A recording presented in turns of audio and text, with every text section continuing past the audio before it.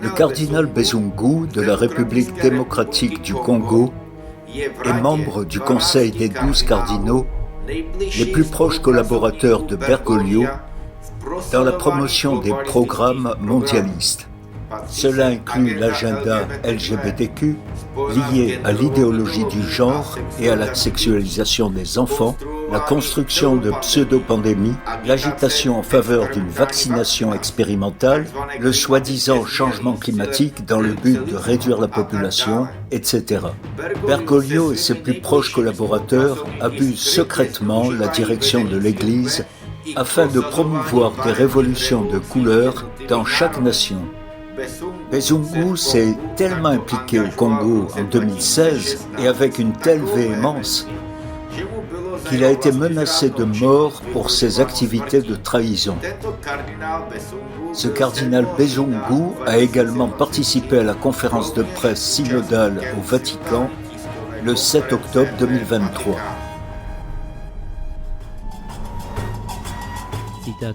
Citation de Bezungu. Le Seigneur lui-même, à travers un discernement collectif, nous dira quelle approche l'Église devrait adopter à l'égard de la communauté LGBTQ.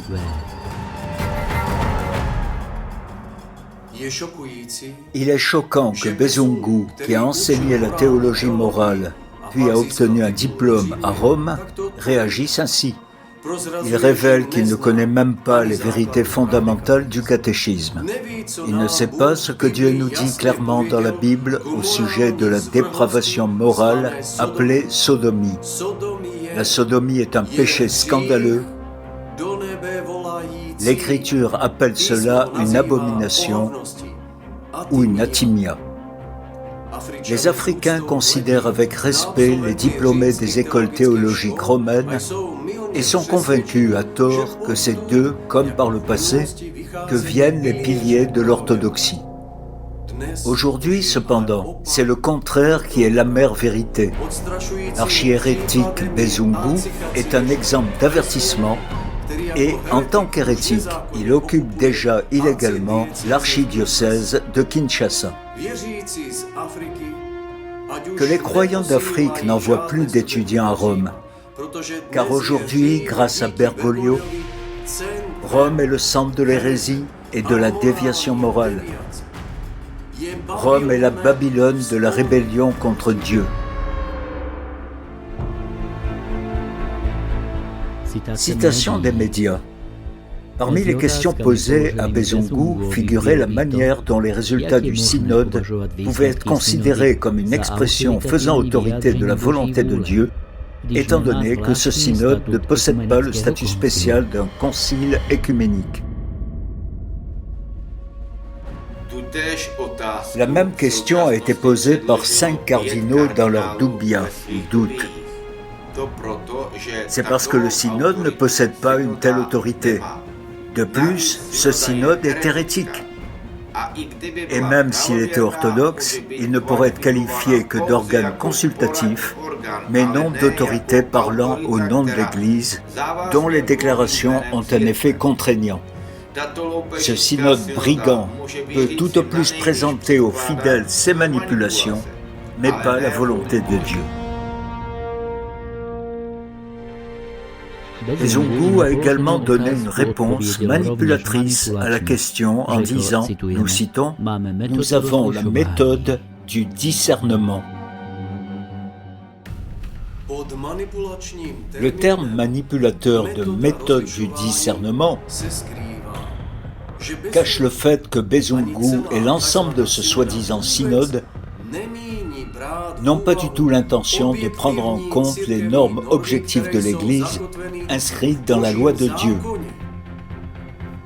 Sa référence à une mystérieuse méthode du discernement est un signe qu'il est discerné soi-disant toujours, en tant que prétendue volonté de Dieu, l'exact opposé de ce qui détermine les commandements de Dieu. Bezungu connaît les résultats préparés à l'avance du synode. En fait, il s'agit d'une rébellion contre Dieu et l'Église, ainsi que contre l'Évangile de notre Sauveur. La poignée d'évêques sincères présents au synode ne fait que donner aux hérétiques l'image de l'objectivisme. Il conviendrait donc que ces évêques renoncent à l'esprit du synode, le condamnent comme étant hérétique et appellent les autres participants au repentir. Qu'ils quittent ensuite ce synode de manière démonstrative et mettent en garde tous les autres catholiques contre ce parcours synodal suicidaire. S'ils ne partent pas à temps, ils seront vaincus par l'esprit impur qui règne sur ce synode et qui s'oppose à l'esprit de vérité, l'esprit de Dieu. Citation des médias. Pour la première fois, lors d'un synode des évêques, 27% des membres votants sont des non-évêques. Il est de notoriété publique que ces 27% sont des militants homosexuels. Ils ont été spécialement sélectionnés afin de mener un coup d'État au sein de l'Église avec la secte bergolienne. Et de toute façon, voter l'abolition des commandements de Dieu est un non-sens et une rébellion publique contre Dieu. Citation de Bézungu. La discussion sera guidée par une méthode de conversation dans l'esprit consistant à parler, écouter et discerner. Nous demandons, qu'est-ce qu'une méthode de conversation dans l'esprit? Si quelqu'un n'a pas l'esprit du Christ, il ne lui appartient pas. Quel genre d'esprit possède l'hérétique archaïque Bergoglio et ceux qui appartiennent à son cercle magique? Ils possèdent l'esprit de l'antéchrist et, en même temps, ils sont possédés par l'esprit impur de la sodomie. Jésus a chassé les démons impurs, mais la secte bergolienne infecte l'Église avec des démons impurs. À quoi peut ressembler une discussion avec des personnes ayant un esprit impur? Quel type d'écoute peut-il y avoir et dans quel but? Que veulent discerner ces personnes possédées par un démon impur? Elles ne font que chanter comme une mantra et régurgitent les phrases de Bergoglio concernant l'écoute, l'accompagnement, l'accueil. Une méthode de conversation dans l'esprit consistant à parler, écouter et discerner ressemble à ceci. Le droit de parler est réservé à ceux qui sont possédés par l'esprit impur de la sodomie. En revanche, ceux qui ne sont pas encore pleinement sous le contrôle de cet esprit ont le devoir d'écouter. Et quant au discernement, il est nécessaire de discerner combien de temps ils doivent parler s'ils veulent que ceux qui écoutent deviennent totalement possédés par ce démon impur.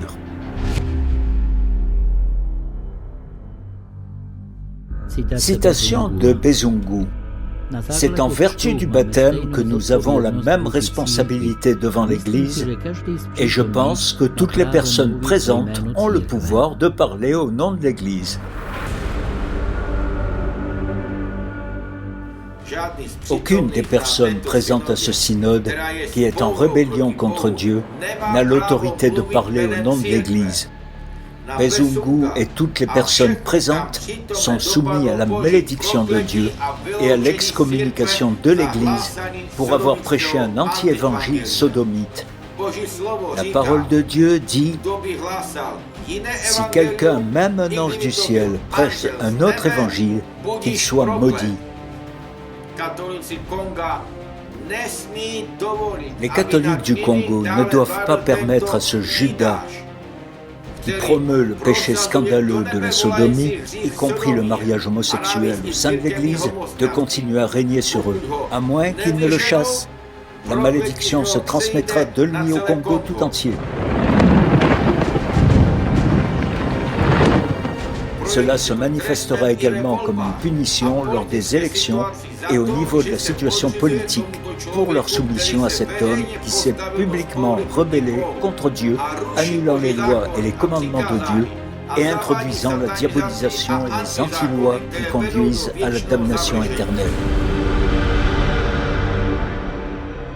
Les catholiques du Congo ne doivent pas se laisser tromper par le fait que Bézungu soit en unité avec le soi-disant Saint-Père. Sous la direction d'un sorcier, Georges Bergoglio s'est publiquement consacré à Satan au Canada en 2022.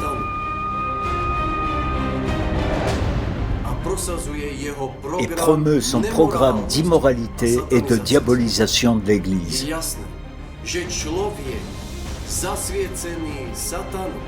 Il est clair qu'une personne dédiée à Satan ne peut pas être le vicaire du Christ sur terre. L'Église catholique est dans un état de siège vacant. L'Église n'a pas de pape légitime. L'Église attend un véritable pape qui doit être élu lors d'élections extraordinaires compte tenu de cette situation extraordinaire. Les catholiques du Congo seront-ils parmi les premiers à reconnaître ce véritable pape ?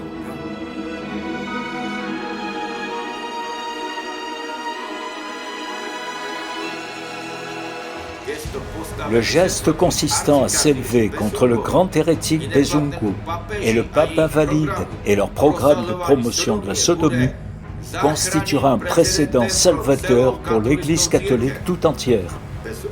Bezungu affirme que les laïcs, en vertu du baptême, ont une autorité et une responsabilité égales envers l'Église. Alors qu'ils s'en servent et chassent du Congo l'hérétique et secret promoteur de la sodomie, pendant qu'il en est encore temps. Cela mettra fin à l'infection et à la malédiction transmise par Bezungu. Citation des médias. Lorsqu'on lui a demandé s'il accepterait un résultat du synode exprimant son soutien à la bénédiction des unions homosexuelles comme étant la volonté de Dieu, Bezungu a expliqué qu'il ne voulait pas exprimer sa propre opinion sur les questions LGBTQ, parce que, comme il l'a dit, le Seigneur lui-même, à travers un discernement collectif, nous dira quelle approche l'Église devrait adopter à l'égard de la communauté LGBTQ.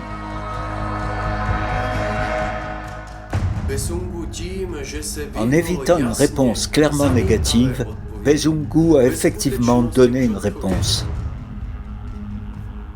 Cela révélait en fait son apostasie intérieure.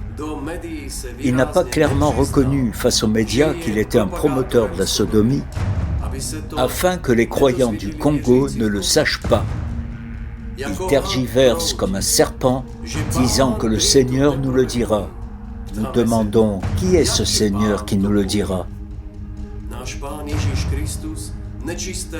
Notre Seigneur Jésus-Christ a chassé les esprits impurs.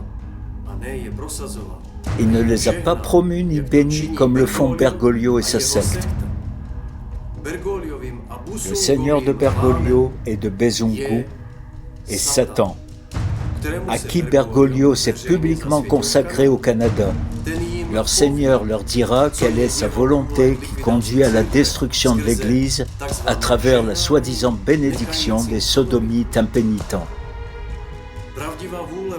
La véritable volonté de Dieu consiste à respecter ses commandements et non de les abolir et d'introduire les anti-lois de Satan. Considérer le déni des commandements de Dieu comme étant la volonté de Dieu est un non-sens. Tout catholique sait que la punition pour la sodomie est un feu temporaire et même éternel.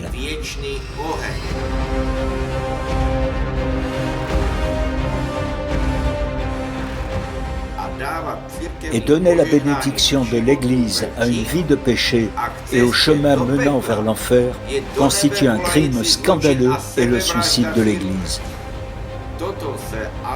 Mais cela se produit aujourd'hui grâce aux clercs de la secte de Bergoglio, possédés par ce démon impur. Parmi eux, Bezungu, qui est démasqué devant le monde entier lors d'une conférence de presse.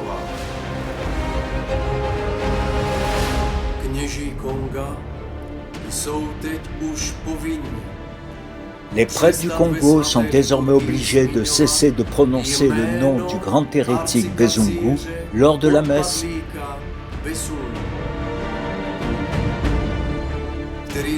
car il sait attirer l'anathème de Dieu, la malédiction. Et qu'on ne prononce pas non plus le nom du pape non valable François, qui est publiquement consacré à Satan et promeut les pseudo-mariages de sodomie.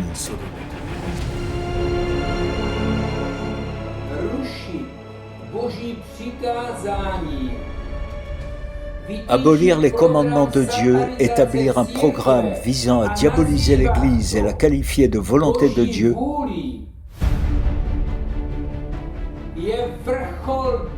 est le comble de l'impudence, de la stupidité et de la possession diabolique.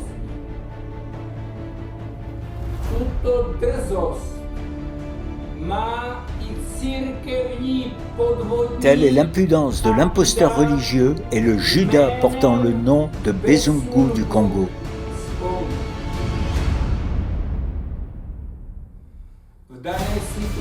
Compte tenu de cette situation, il est du devoir devant Dieu des évêques du Congo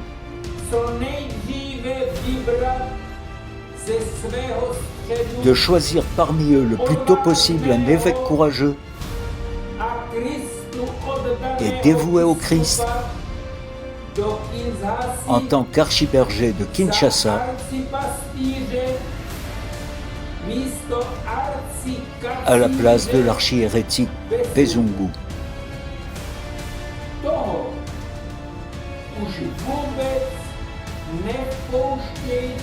Ne le laissez pas du tout entrer dans les bâtiments de l'Église.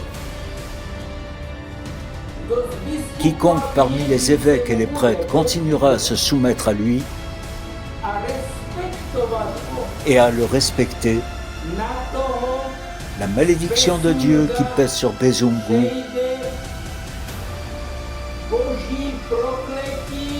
pour avoir trahi le Christ lui sera transmise.